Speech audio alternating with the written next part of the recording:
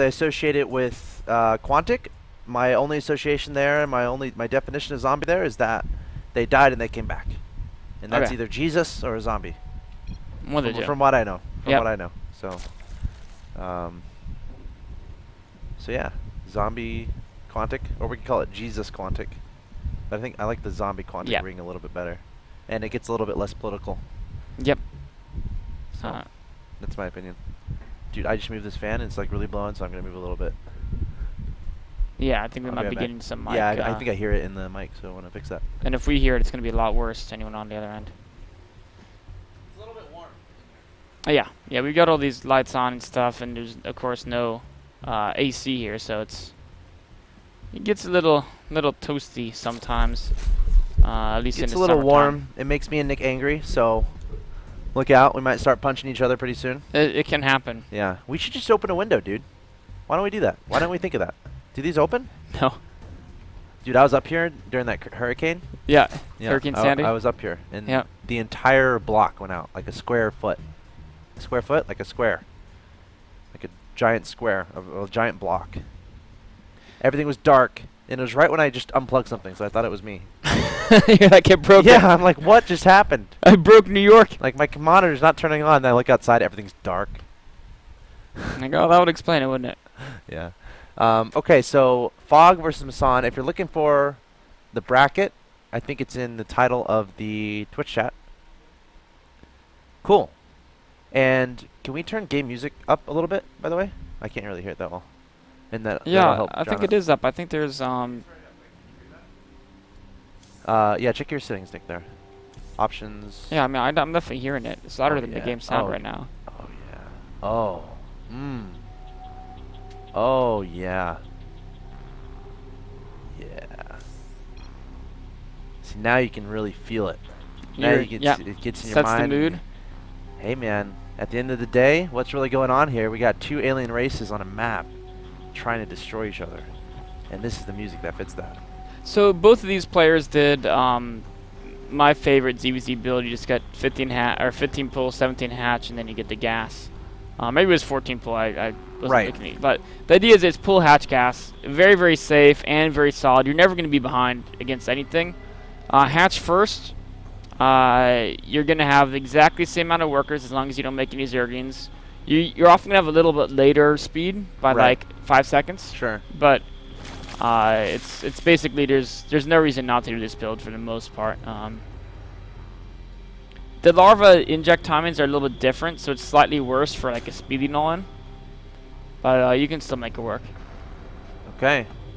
Of course, ZVZ mirror matchup. A lot of people don't like it. I really like ZVZ. I think it like as far as skills concerned, early game is like really telling as far as Ling Baneling wars. Like who is better at micro? Who is gonna keep their Lings alive? Who's gonna get those Baneling connections? I think it's really fun to watch in ZVZ and can really separate players. I also like the decision-making aspect as game goes along because both players always have to think if they're going to make drones or not. And I think that makes the matchup really exciting as far as, okay, is my opponent making drones? Is he making units? Is he attacking up? Should I be making drones? Should I be expanding? Because if there is a wave that if you have like 10 larvae and you make them into units and not drones, that could literally lose you the game. Yep. Other way around, if you have 10 larvae and you make them drones and not units, then that could easily lose you the game. And that's a really cool element of ZVZ. In my opinion, at least. Yeah, no, it's really cool. You know what's really cool here is the burrow. Ooh. Burrowed Banelings? No, or maybe infestation pit is layer. Well, no, this is hatchery tech. Oh, what? So yeah. What? I don't know. I'm like, did he think he was getting speed? Maybe. Okay, here's what he's gonna do. He's gonna send his Lings inside his bonus main base, burrow them, and turn them into Banelings later. Ah. Right? Like you send 2 Lings into the corner and then you burrow them. You should be able to transform into Banelings while burrowed. That'd be awesome. Yeah, that'd be a little strong. I don't think there's a difference. But the thing is he has no speed, which could be a problem. Oh my god, he doesn't. I mean, he got the burrow and said, oh, and he revealed burrow right there. Zergling just ducking under in time. Its tail's sticking out. Can't they grab its tail and pull it out of the ground? I think we can see it because we are the observer. Ah. Yeah. I don't think Massan can actually see that Zergling. Actually, go to his vision and see what he sees on that Zergling. If you feel like it, you don't have to. Well, I mean, you don't see anything, right? Yeah, he doesn't see anything. Under attack. Like with the of course, yeah. I'm really curious as to the idea behind this early burrow. Slowing down a third base is of course one nice. You know what? Actually, that's exactly the whole point. Slow down third base. Yeah, he can't take a third base to Overseer. Like, what's he gonna do? Put a sport? How's he gonna get a sport car out there, right? Like, yeah. That's cool. Look at this. So that's. Oh, he Burrowed, and he's gonna kill the drone. No, he's gonna go back and Burrow again. That's awesome. Yeah, I've never seen that before, and that's Crafty really move. nifty. See, I don't see the Korean pros doing that. No. Look out, world scene. We got Americans coming up here. Oh, he's like, oh, it's okay. I'll take third base over here. No worries. That's awesome. Poor little drone. Aww. Well, at least the drone's not dead. He's got a dream. Like, maybe he's happy. Like, who knows when you turn into a hatchery as a drone? Like, does it completely change you? Does it hurt? Is it like the worst experience ever? It looks pretty So painful maybe to the me. drone is happy about not being Yeah. the drone there. Massan is not happy though. And now Phog is going to be the faster third base. He's already at lair as well with a lot of upgrades on the way. Head starting to roaches. But 20 speedlings coming from Massan. Or I might have mixed up players up there before. But 20 speedlings coming in from Massan. So he's looking to really take the map control. Look, there's a lot of banelings. Uh-oh. Where's those roaches? Roaches. Okay, they're all popping out now. I think he should be totally fine against this. Yeah. And this is a bit of a desperation tactic, kind of, from Massan, because he's not having a third base, so he realizes he has to get damage done. Nice baneling connections there. But you know, he's going to get the cancel, so yeah, that's going to pretty much equalize I wish things. Phog had been a little bit better prepared for this. He had to know this was coming, because his main biggest advantage was delaying his opponent's third. Yep. And if you delay your opponent's third and you get a third up, you're like super happy. Borderline, you won the game kind of a thing. So Phog really needed to focus on keeping that third up. Now, as it stands, it's still not a huge deal. I mean, they're going to be even, but that is a situation where Phog could have gotten pretty far ahead. Yeah, I still think he has advantage. Sure. There's a lot of banelings there, just all kind of died to roaches. Also, if you look at his progression, I mean, the mid-game roaches are going to be your key units, EVZ, in like 99% of the games, at least currently. And he's already got roach speed almost done. He's got 1-1 upgrades almost done, and a decent roach count. So the speedings are knowing they're going to give Massan a slightly faster third base, but the roach check is better for Phog, and he has Burrow, which is pretty useful in roach situations. You can see your baneling speed actually made by Massan, so he's going to be using speed banelings later in the game. Really curious to see what the idea behind this is. Is he just going to do, you know, I've seen some people do a mass timing where they just get a whole bunch of roaches, and then they rally in speedlings and then quickly make like 40 banelings. Right. And the thing is, I mean, banelings aren't the best against roaches, but if the roaches are clumped up and you get like 4 or 5 roaches with each baneling hit, it actually becomes really good because you can trade, 8 banelings for 4 or 5 roaches or something like that. Though it could go wrong really easily. Oh, like if your opponent splits properly and it's only 1 roach, then it's tricky. But if you incorporate Burrow, that'd be interesting. Yeah. And it's hard to split roaches once you have a whole lot of them. Right. And also, if you're trying to do too much fancy with your roaches, meanwhile, their roaches are just getting free hits. Yep. So it's interesting. Phog's going to push out here. I don't think he can do too much, but he does have speed as opposed to doesn't. So maybe he can kite, kill a few speedings. And he's, of course, going to back away. Doesn't want to charge up that hill where Massan has that great concave advantage. Okay, so at this point in time, a relatively even game, 135 to 132 in supply. Both these players going for that roach tech. We have baneling speed, though, for Massan. We'll have to see how he incorporates that. Going to try to explode into some roaches. Not the best hits in the world. Meanwhile, upgrades. Phog is going to have the advantage there. 2-2 already underway. And I think that's a huge... Once that finishes, he's going to be so happy. And the reason for this is his opponent, again, has been spending gas on a lot of banelings and a lot of baneling research stuff. Whereas Phog has been spending that gas on all on his roaches, essentially. Exactly. In fact, the second Evo is just now being started for Massan. He's been working off 1 for quite some time now. Yep. He does have 1-1, so once the second Evo gets up, he can work on 2-2. Do you think Phog should be just making roaches, or is this a time where you throw out an infestation pit? Is this a time where you start proceeding your tech a bit more? On this map, like, what are your priorities as Phog right now? I would like to see him tech. I mean, you could say, okay, he could have a really good window to a 2-2 timing when his opponent's 1-1 with roaches, but with the difference in rally points, I'm not sure if he could, like, especially this map, there's so many ramps to defend. Yeah. Even with an upgrade advantage, it's going to be hard to win with just roaches, unless you're really far ahead of your opponent, which he's not. The big danger for Phog is going to be deciding how much his opponent is investing into attack. But if you think of it this way, like, as long as you defend the attack, you can do whatever you want. So you have to establish how many roaches you need to defend any kind of attack, and this could be multi-prong harassment, stuff like that. But then with the extra resources, with the extra roaches you don't need, you can just not make those roaches, and then proceed your tech. Get Hydras out, maybe get Infestors out, maybe go into Swarm Hosts. But as of right now, neither of these players are going to be straying away from roaches. they're really it's safety. It's a safety play. They see a lot of rush from their opponents. They're like, okay, I don't want to lose, so I'm not going to attack because that leaves me open to a timing window. Uh-oh, 2-2s now. 2-2 versus 1-1. This is a great engagement for Phog. And look at this. He's on the other side of the map, so Massan can't really retreat. Massan overextending there on the right-hand side, having to go into the sandwich that Phog is making. And again, Phog is 2-2. And look at all the damage he's getting done. Massan is going to get melted away. Great positioning here from Phog.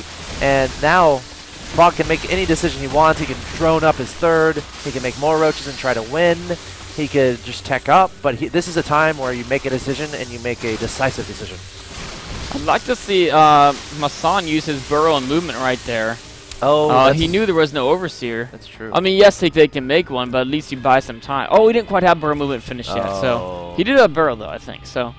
And Phog is still making roaches, so he wants to win right now. He absolutely does. You know, none of these players have really ever econned up their third base. They've pretty much been playing. I mean, this is a two-base economy from both players. The third hatchery is there more for production than for any extra economy.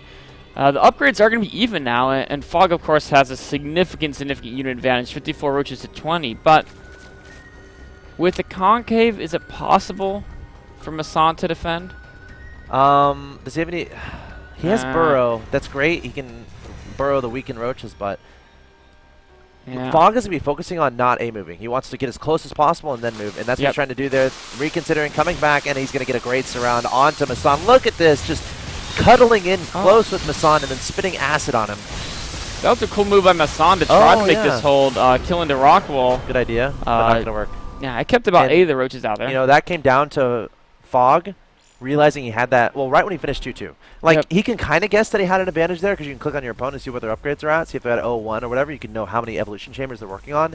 And then upon seeing that information, you'd be like, okay, I have 2 Evo chambers. I can go to 2-2. Let's take advantage of this somehow. And then it did not work out for Massan because right when that 2-2 hit, Massan was like across the map, way far away. All right, guys, welcome back to the IEM America's Qualifiers. This is day 1, stage 1, Massan versus Phog in the winner's bracket round 4. Phog is currently up 1-0 in this best of 3. The winner moves on to play the winner of Hendrilisk and Dice. I wonder if Dice rolls a die before games to decide what he wants to do. You know what? Maybe That'd be he the does. sickest story of his name. That'd be so That would sick. be. That'd be the sickest I should do that. Yeah, man. You have like a custom die with there's like 6 different options. They all say 6 pool. He didn't actually do that. Not 6 pool this game. So you know what's interesting here is Phog is just constantly massing Zerglings. And he's probably hiding. So yeah, he's hiding them. So this is a speedy null, and you can tell he took his drones off gas and no intention to progress into banelings. Super low econ. Just he's gonna make speedlings, and once metabolic boost is like 90% done, so that when he gets to the front of his base, basically he wants it so his speed hits right when Massan sees it, so then he can cross the map really quickly. And one of the counters to this is if Massan can get both his queens on the ramp in time, that can buy him time to morph banelings behind, right? But if he can't, it gets really ugly. In fact, here it goes. Phog is investing a lot into this attack, trying to time this right when speed finishes. Baneling Nest almost done from Massan. He's going to back up into his main base with those drones. He doesn't want to lose too many drones. Also bringing 2 queens to his natural expansion, or to his ramp to try to block that off. The drone's sticking around for some reason. I like the, put him on a hold position. They can really mess with the AI. Yeah. But, he can mineral walk. He can mineral walk and then do it. That's what he's trying to do. There's the mineral walk and there's the whole position. Trying to disrupt the AI on those Zerglings. But no, he made a really big mistake, though. He actually would have held. I think it would have been okay, but he morphed his banelings in front of the queens, not behind them. Right? Remember that? He had 2 and then banelings. the lings can just kill them as they're being made. That's exactly what they did. He just focused the banelings in, and that's it. And just like that, Phog might take the 2-0. That's a bunch of lings in his opponent's main base. Massan grossly underprepared for this. Doesn't have any banelings to deal with it. And this is something you never want to see. This is something you never want to. Oh, 2 banelings coming out. Trying to connect. Phog doing a great job splitting up. But those are actually solid connections. They were, but it's not going to matter. Too many lings. Too much. Yeah, it's a situation if Massan holds, he wins the game. Yeah, like that's a strategy that Phog has to win with because he's sacrificing so many drones, so much economy. He's sacrificing time. It's it was a great build and it worked out. And Massan made a little mistake and he lost to it. That was a fast game. It was. That was like a 4-minute game. It was.